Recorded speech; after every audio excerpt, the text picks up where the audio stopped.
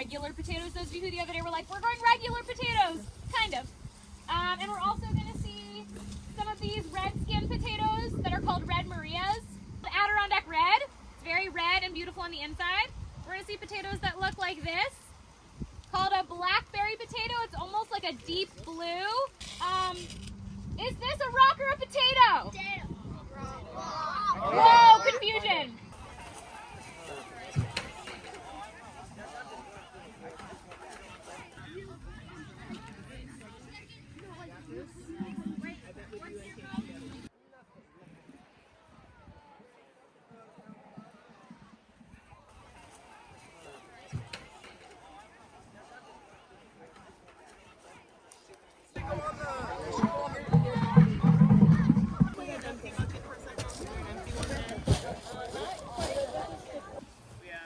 Anybody want to give it a guess?